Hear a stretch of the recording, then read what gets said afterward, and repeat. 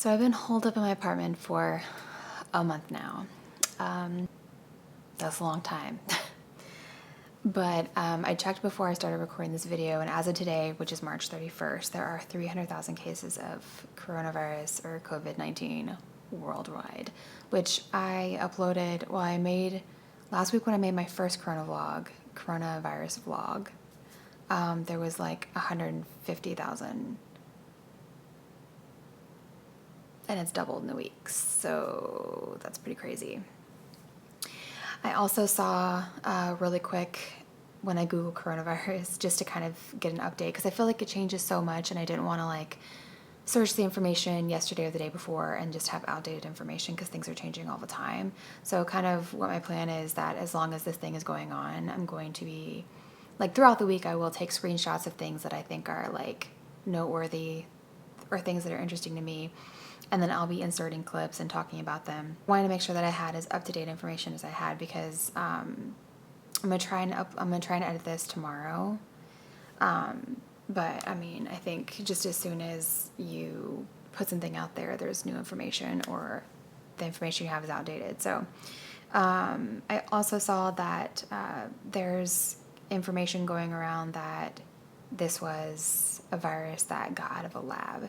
And I read an article that said that that's a myth, that this is actually a natural occurring virus, that they looked at it and basically, I guess scientists are able to look at a virus and they can tell if it was engineered, I guess, because like they kind of like, I'm not a scientist, but it seems they copy part of another virus to create a new virus, but this didn't have that, and so it wasn't human-made or man-made. It wasn't engineered. It was naturally occurring, and so their theory is that it came from a bat, and then from the bat it was transferred to an intermediate animal called a pangolin, which I Googled because I didn't know what that was, and it's basically an anteater.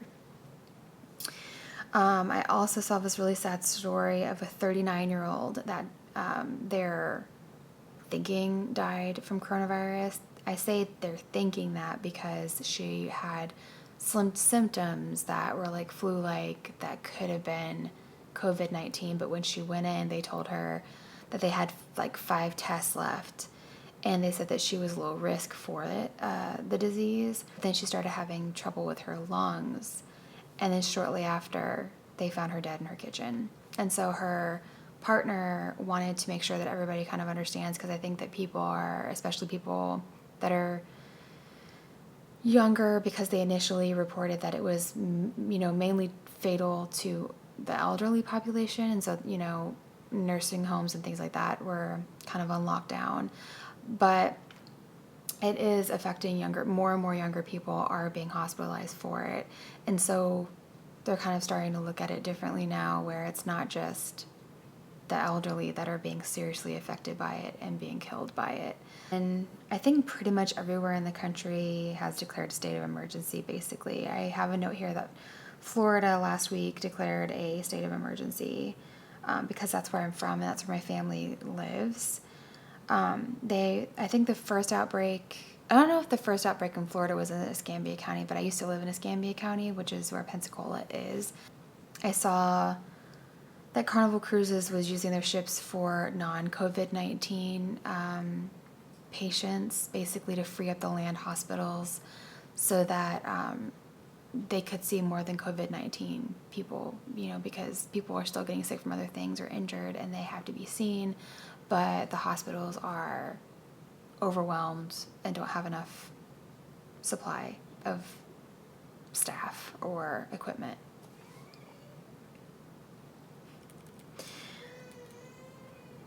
And it has been quite a task to find toilet paper and baby wipes and infant Tylenol, because my baby is currently teething. She's 7 months old, about to be 8 months old, and she's getting her top two front teeth. And I was low on infant Tylenol, and I actually found it in stock that I could order online from Walgreens. And then we found a commercial supply company that we could get the toilet paper from. So we got this big box of 80 count of Scott toilet paper. And then Honest Company had wipes still. I do not like Honest Company diapers, and luckily I don't need diapers yet. I should probably get some though pretty soon. Honest diapers are absolute crap, but if there was nothing else, I would just have to get Honest diapers again because I'm so thankful that they were in stock. At least, I didn't check with diapers, but at least with wipes, I was so thankful for that. I still had some wipes, but I just feel like with the way that things are going that I should replenish my stock because I never know when things are going to be sold out. And I do not want to be without wipes with this baby.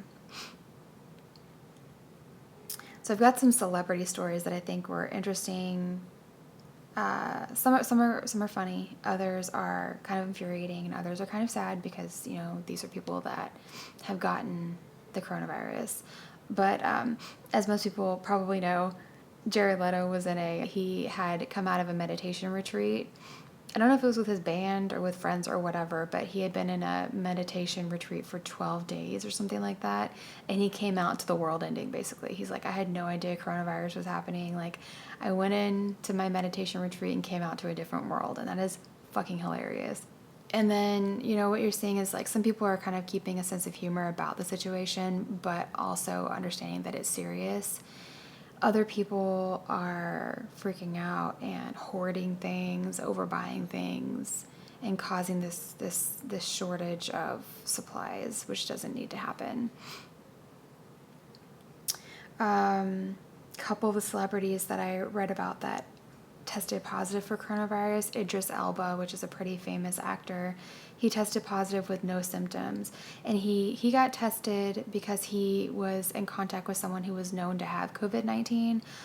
I'm sure because of his, you know, celebrity and money, probably he was able to do that. But from my understanding, just the average person, unless you have symptoms, you will not be tested for it because they don't have enough tests to go around. And so they want to save it for people that are actually having the symptoms and in danger of dying, or at least getting very seriously ill. Because when you have a disease of the lungs, I mean, if you can't breathe, I mean, that's very, very serious. So he had no symptoms. Andy Cohen, who is the host, a Bravo host, was having symptoms and tested positive for it. I know he was operating a podcast or his show out of his house. And it's funny because you're seeing that like celebrities who are having to stay home and aren't going to a set or aren't, you know, doing business as usual, Instagram was lit up with celebrities like constantly going live. And then of course on their regular Instagram feeds, you know, taking pictures and making sure they were showing awareness for people, you know, to stay home, because there's still a lot of people in the country that aren't taking this seriously, which is crazy to me because when you look at the news and you see how serious it is, I don't see how you can't take it seriously, but there are people that definitely aren't, and some of them are celebrities. I'll get to that, but my best friend had posted this video about these people on spring break and how they were definitely not practicing social distancing. They were basically drunk and hanging out with a bunch of strangers, and I just thought it was the most magical thing I ever saw. These are college students. These are like supposedly educated people. It was beautiful to watch. Like, that was like prime content right there. But of course, Vanessa Hudgens, who did High School Musical, she made headlines about ignorant comments regarding coronavirus and basically sounded like a bimbo and was like, what did she say? Basically just saying that the disease wasn't that serious and like people dying is like inevitable, like totally inevitable, you know? And then she was live on Instagram, and so people recorded it, and immediately after she said it, it appeared that she was like, oh fuck, like what did I just say? But the damage was already done. And then she tried to issue an apology and say that her words were taken out of context, but like they weren't. But she was just trying to do damage control. Some people were saying she looked like she was drunk. She could have been. I mean, if we're all staying home, there's probably plenty of people getting drunk out there. Evangeline Lilly also said that she didn't think that the disease was just a respiratory flu, which a respiratory flu sounds pretty serious to me. I have asthma, so I don't fuck around with that stuff. Said that her dad has cancer, and she admitted that she herself is also immune compromised, or whatever the word is. I don't know How so? I don't really know what her health concerns or issues are, but I don't know if she has like direct contact with her dad or whatever, because people are just kind of like, wow, like you should want to protect your dad, like you should take this seriously. And one of the things that she said was like she doesn't agree with all of the control that the government is having with shutting down businesses and forcing people off the streets and forcing people, you know, to adopt different behavior or telling them, you know, when to leave, where to leave, whatever, and how that can be a slippery slope. And I can kind of get what she's saying. Like, I don't want total control by the government either, but I think in times like this, it's a fine line. And at some point you do have to kind of crack down to save people from themselves, I guess. And because of how fast the disease is spreading and how many people are dying from it, it's like, what do you do? What is the best thing to do to try and get control of the thing and to keep it from getting worse and more people dying? What is the answer to that? I don't know. And then another really funny headline that I saw, I don't know if this celebrity had made this comment now or if it was just an older comment that she'd made that was brought back up because of all the hand washing news. But Adrienne Bailon, who was part of 3LW, 3L Women, Three Little Women, that was like semi-big when I was a teenager, but I guess more popularly the Cheater Girls, which I never saw. She said that she doesn't wash her hands at home after she uses the bathroom because it's her house and she's not going anywhere.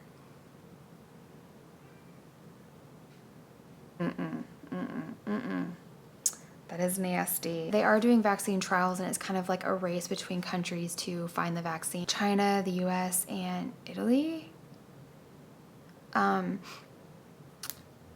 I saw an article that China had lied and said that they had, I don't know anything to be, I don't know what is true and what is not. I just know what I've heard and like what I've read. And like supposedly China hasn't been like truthful about the numbers of the cases that they've had with coronavirus.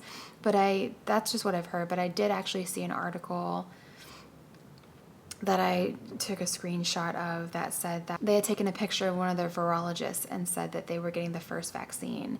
And then that was proven to be a fake because the picture was actually of the virologist before they had gone to Wuhan, China. So it was a fake, but they're actually doing vaccine trials here in Seattle. The first woman, according to this article that I read, to get the vaccine was a 43, she was in her 40s, 43-year-old mother, which I think, I mean, I don't think, I mean, I have a 7-month-old. I don't know what could go wrong if you got it. Like, I don't know what side effects, like what could happen if you got an experimental vaccine, but I wouldn't put myself at risk like that because I have like a young kid. But I mean, that's great. I mean, I applaud, you know, anybody that can do that to try and help people, you know, as a whole. But that just kind of struck me. I was like, wow, you're a mom. Like, how, I mean, she's 43, so how old can her kids be? I mean, I guess if she had them at 20, they're grown, or they're nearly grown. But I thought that was very self-sacrificing and a good thing, but it gave me pause. I was like, I mean, my mindset totally changed whenever I had a kid, because before I had a kid, it was like, well, you take more risks, but I feel like I'm risk averse even more than I ever was because now I have a kid. But it needed to be tested, and I'm glad that that there are people out there that will step up and do it. So good for her, and I think we should probably all be thankful to her. I know that schools were a big concern, you know, like all of this has gone on around spring break, and so people were extending their spring break. Some schools were more equipped to do online learning than others. Some, I know back in Florida, they were talking about basically not having school the rest of the year because they end school in early May. So they would have only had, like, if they had gone back in April, they wouldn't have had that much time left. So they were like, okay, do we go back at all? And then if we do, I was hearing that, or reading that they were going to basically say no more grades and tests. I guess. But then I think that wasn't really satisfactory. And so the county where I used to live in Florida is now changing that to saying that they're going to be doing online school for the rest of the school year. And then, of course, the natural concern is there are still kids out there that don't have computers or internet access. And so they're actually going to be supplying computers. They're going to be getting in touch with all the families individually to see what their needs are and making sure that everybody has access, whether they need a computer, they'll be provided one. So I think that's really good. They've also been doing seniors only shopping hours at stores because, all these asshole people going in and getting into fights over products, over buying products, not leaving anything for anybody else. And so they've done seniors only shopping, especially back when the majority of the population that was being seriously affected and dying from the disease was the senior population. So that was nice to see. And then probably, I don't know if this is like common knowledge, but I thought what was kind of interesting was coronavirus, the word or the name corona, which comes from the sun, the corona around the sun. It's called a coronavirus because when you look at it, it has a corona like on the outside, like you would see on the sun. So I thought that was a cool little fact that I didn't know that I came across online. I've been catching up on new shows. And I've been really into YouTube. Obviously, I'm making YouTube videos. They're really, really fun to make. And I have like a couple new people that I'm watching. And then, of course, my old favorites. So the new show that I've been watching is on the Travel Channel, and Robert Englund, who plays Freddy Krueger, which I love Robert Englund, and Nightmare on Elm Street is my favorite film series, / Nightmare on Elm Street 4 is my favorite film of all time. Laugh if you want to, but it's true. He is hosting a new show I believe it's called True Terror with Robert Englund, and it is like, I feel like not a lot of people saw this one show in the 90s because it kind of aired sporadically, but it was called Beyond Belief, Fact or Fiction, where they would tell 5 stories. It was first hosted by James Brolin, and then he left, and then it was hosted by Jonathan Frakes. And they would tell 5 stories, and then some of them would be true and some of them would be false, and you would have to guess. And then at the end, they would tell you which were true and which were false. And then Unsolved Mysteries, which I think was a more popular show, obviously. So this show with Robert Englund is kind of a mixture between the two. So he hosts it, and it's true, scary stories from history, but they're reenacted by actors. And then historians and people that are like experts on whatever the story is will come in and provide commentary. I think they've only aired one episode, or at least I've only seen one episode, and it's real good. And it's just a combination of like so many things that I love. So I was really happy to see that. And then some people that I've been watching on YouTube, Dr. Dre is a newer one, but I've been watching her for a while. I've been binge watching a lot of her vlogs, but she's a dermatologist and she lives in Houston. She's really quirky, which I like. And she gives a lot of really good dermatological advice. Graveyard Girl, which I've been watching for a long time, and then her best friend Cat Sketch, who lived in California as a makeup artist, a working makeup artist, moved to Houston to be closer to her and just to have, I guess, lower cost of living. I just got into her, and I really like her personality, and she's very good at makeup. I think she went to school for it, and then she did it professionally in Hollywood. Melissa Merck, who is a Canadian, she lives in Vancouver, which is only like a couple hours from Seattle. And I've been meaning to visit, which I obviously can't visit right now. Allegra Shaw, who is another Canadian, she lives in Toronto, though. I've always been fascinated with Canada and Canadians. I don't know why. It's kind of like because it's like the U.S., but it's not. It's like U.S. light. I don't know. But it's like similar, but also different. I don't know. I've always been obsessed since I was a little kid. I've been watching this woman, Erica House, who lives in Colorado. I I didn't never know her personally, but she used to teach college, and I actually took a class that she did in Pensacola. And then she had an online blog for a while, and now she makes floss tubes, which is basically YouTube videos about cross stitch. So I watch her. Her videos are really calming to me because, like, she'll, in the beginning of the video, she'll talk about her family life, like how things went during the week, and then she'll show her projects, and it's like, even though I've never been into cross stitch and probably never will be, it's really cool to watch somebody who's so passionate about something show their work and like just be so into it and so detailed and so excited about it. I mean, I even if I'm not interested in what they're doing in terms of doing it myself, I like to watch it. Kind of like why I like to watch Food Network. I don't like to cook, but I like to watch other people cook, basically. Also been watching Kathleen Lights, who's a pretty big beauty YouTuber, and I've been kind of here and there watching Candid Mommy, and I've been hate watching TikTok. So I've been seeing people posting TikToks on Instagram, and I think what actually got me to download it was Kathleen Lights got an Instagram, and she has some pretty hilarious TikToks. So then I started getting into the world of TikTok and seeing like the TikTok celebrities, and it is disgusting how such little effort and something can make somebody so famous. And like it boggles my mind. But it's mildly entertaining, but it is pretty stupid, and it becomes really repetitive. Like there's a few dances that are going around that everybody does. Not only does everybody do them, but these people that are famous for it will do it a million times, you know, with different people, but it's like the same shit. And it's like, wow, can you do something else now? Because I'm bored of this. I also ordered, so when I was pregnant, I didn't do a pregnancy journal and I didn't do a baby book.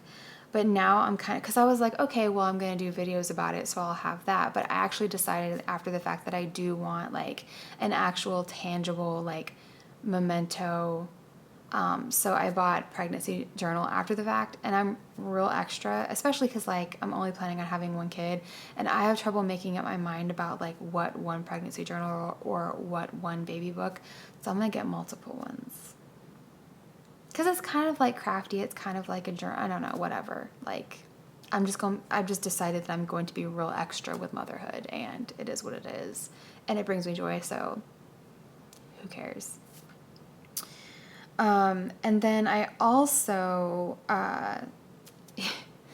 inspired by our current situation with being on house arrest because of COVID-19, I started getting, I've always been interested in infectious diseases. I think that it's pretty fascinating to learn about breakouts that have happened in history. And so like here and there in the past, I've like just Googled them and like looked up what I could and just read for fun about infectious diseases. So I'm doing that again. And I was just reading the Wikipedia about the Black Plague. So I actually kind of want to do videos about, because I'm kind of nerdy and I like science stuff and things like that. And so I just kind of feel like I might do videos based off of like old infectious diseases. Just because that's something that I find interesting. So I don't know if anybody else will. I mean, I'm certain a lot of people find that interesting, but I just don't know